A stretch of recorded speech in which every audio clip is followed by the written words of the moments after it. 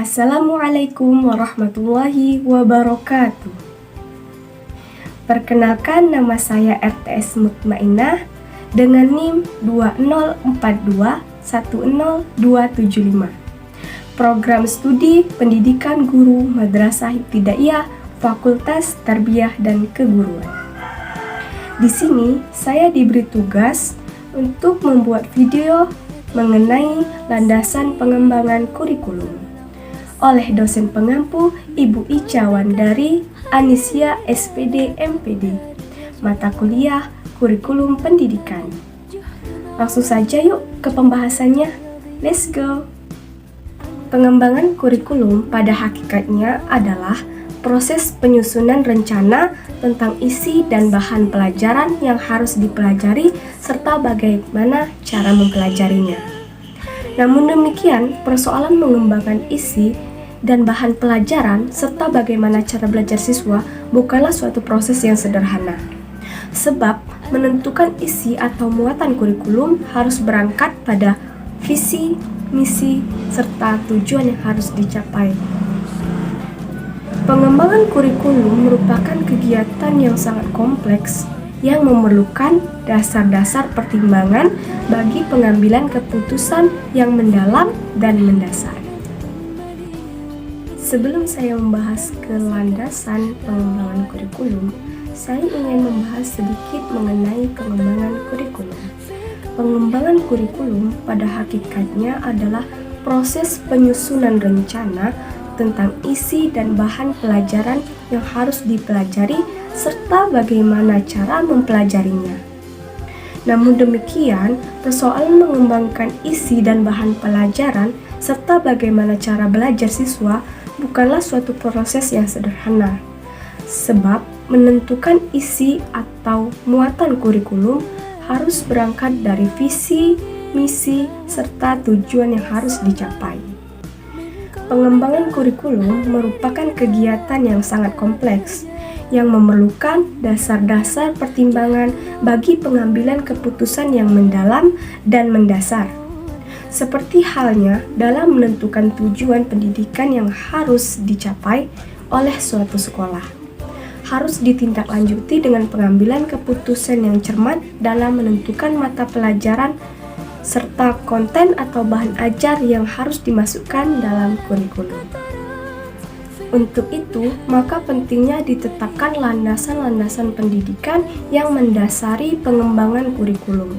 Dengan adanya landasan yang jelas, yang kemudian dipahami dengan baik oleh para pengembang kurikulum, maka diharapkan akan terjadi sinkronisasi antara apa yang diharapkan, direncanakan dengan apa yang secara nyata dilaksanakan di sekolah maupun di dalam kelas. Ada beberapa landasan-landasan dalam pengembangan kurikulum. Di antaranya landasan filosofis, landasan psikologis, landasan sosiologi, landasan organisasi, landasan ilmu dan teknologi, landasan historis, dan landasan yuridis. Di sini saya tidak akan membahas semua landasan. Saya hanya membahas landasan filosofis. Mari kita bahas apa itu landasan filosofis. Let's go! Filsafat membahas segala permasalahan yang dihadapi oleh manusia, termasuk permasalahan-permasalahan pendidikan yang disebut filsafat pendidikan. Filsafat pendidikan ini hanya merupakan aplikasi dari pemikiran-pemikiran filosofis untuk memecahkan masalah-masalah pendidikan, tetapi antara keduanya, yaitu antara filsafat dan filsafat pendidikan, hubungannya sangat erat. Secara harfiah filosofis atau filsafat yang berarti cinta dan kebijakan atau love of wisdom. Secara akademik, filsafat berarti upaya untuk menggambarkan dan menyatakan suatu pandangan yang bersifat sistematis dan komprehensif tentang alam semesta dan kedudukan manusia di dalamnya. Berfilsafat berarti menangkap sinopsis peristiwa-peristiwa yang simpang siur dan pengalaman manusia. Suatu cabang ilmu pengetahuan mengkaji satu bidang pengetahuan manusia. Daerah cakupannya terbatas. Filsafat mencakup keseluruhan pengetahuan manusia, berusaha melihat segala yang ada ini sebagai satu kesatuan yang menyeluruh dan mencoba mengetahui kedudukan manusia di dalamnya. Jadi, landasan filosofis sangat penting dalam pengembangan kurikulum dan mendapatkan sebuah konsep atau rancangan yang dipikirkan secara sistematis, logis, dan mendalam, sehingga mampu menangkap konsep yang lebih baik. Filsafat juga memberikan landasan-landasan dasar bagi ilmu. Keduanya dapat memberikan bahan bagi manusia untuk membantu memecahkan suatu masalah dalam kehidupannya.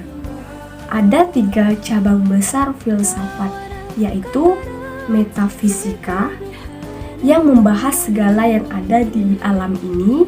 Yang kedua, epistemologi, yang membahas kebenaran. Dan yang ketiga, aksiologi, yang membahas nilai. Menurut Donald Butler, filsafat memberikan arah dan metodologi terhadap praktik pendidikan, sedangkan praktik pendidikan memberikan bahan-bahan bagi pertimbangan-pertimbangan filosofis. Bahkan, menurut John Dewey, filsafat dan filsafat pendidikan adalah sama.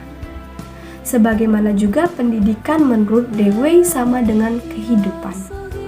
Mungkin cukup sekian pembahasan dari saya. Mohon maaf bila ada kesalahan, karena kesempurnaan hanyalah milik Allah semata. Sekian dan terima kasih. Saya ucapkan billahi fisabilil haq. Wassalamualaikum warahmatullahi wabarakatuh.